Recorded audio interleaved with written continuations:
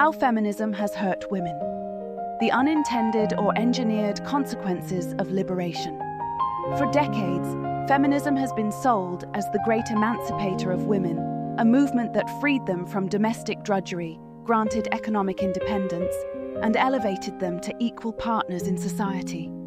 Yet, as cultural commentator Rachel Wilson explores in her book Occult Feminism, the secret history of women's liberation featured on Joe Rogan Experience, the reality tells a darker story.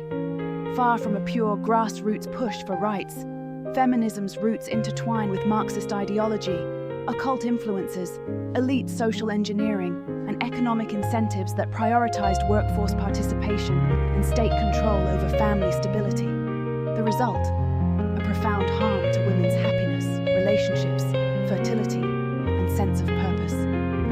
Decades of data and personal outcomes reveal that many women today face higher stress, loneliness, and regret than their pre-feminist counterparts. The promise versus the reality. Early waves of feminism promised equality and opportunity. Suffrage, property rights, and access to education were real gains in many contexts. But Wilson highlights a hidden undercurrent. Many early feminist figures dabbled in spiritualism, occult practices, and anti-traditional worldviews that sought not just reform, but the dismantling of the family unit and Christian social norms. Figures like Victoria Woodhull and influences tied to eugenics movements framed traditional motherhood as oppression.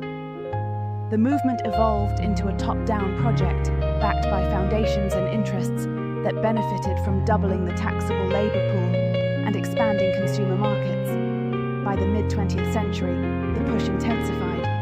The birth control pill, developed with ties to Rockefeller interests, and eugenics advocates like Margaret Sanger framed fertility as a barrier to freedom. Women were encouraged to prioritize careers over family. Public schooling and media reinforced the narrative.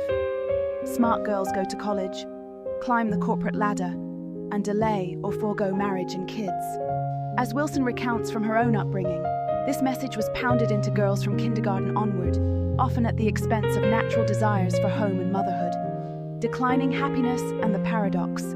One of the most striking indictments comes from happiness research. Despite massive gains in education, earnings, legal protections, and reproductive autonomy, surveys such as the General Social Survey in the US show women's self-reported happiness has declined since the 1970s relative to men. This paradox of declining female happiness persists even as objective measures of opportunity improved.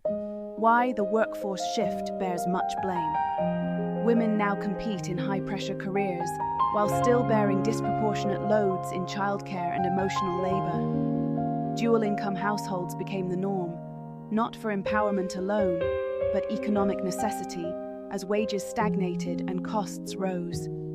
Many women report feeling exhausted, unfulfilled, and torn, neither fully thriving at work nor at home. The have-it-all myth left a generation of women in their 30s and 40s facing burnout, fertility struggles, and the realization that career achievements often feel hollow compared to family bonds.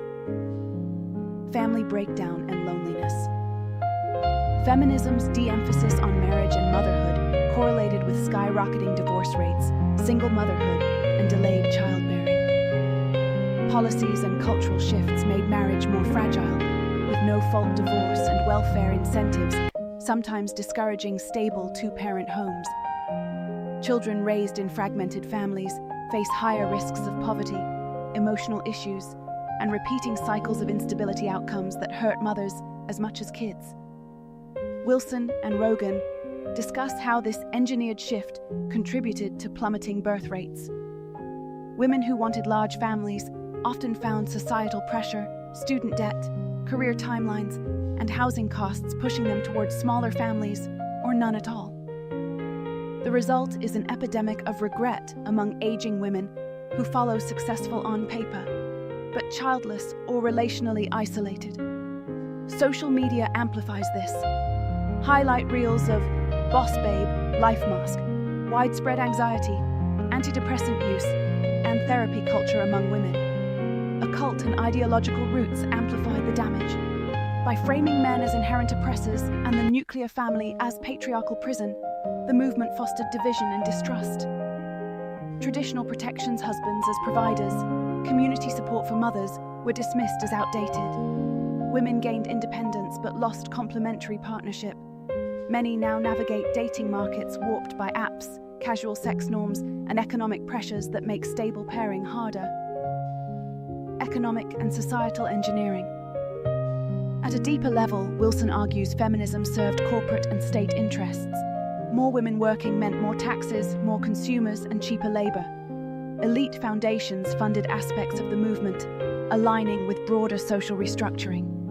The liberation sold to women often meant trading the relative autonomy of the domestic sphere for corporate cubicles and government dependency. Poorer women faced the double burden. Without the fulfillment wealthier ones might afford via nannies or flexibility. Critics note that pre-feminist eras weren't utopian poverty, limited options, and hardships existed, but many women derived deep meaning from motherhood, homemaking, and community roles.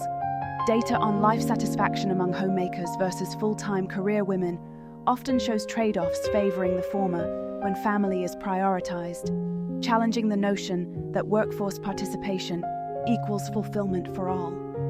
A path toward rebalancing? The harm isn't irreversible. Recognizing these patterns allows women and society to reject one-size-fits-all ideology. Choices like earlier marriage, family prioritization where desired, and cultural support for motherhood aren't regressions. They're acknowledgments of biological and psychological realities.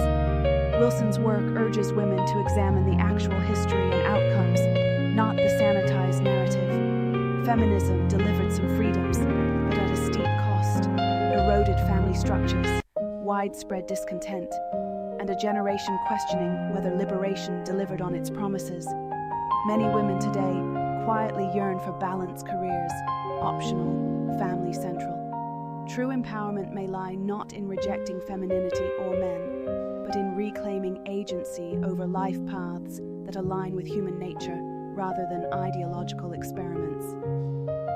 As Wilson's analysis suggests, the secret history reveals it was never entirely about uplifting women. It was about reshaping society, with women paying a disproportionate price.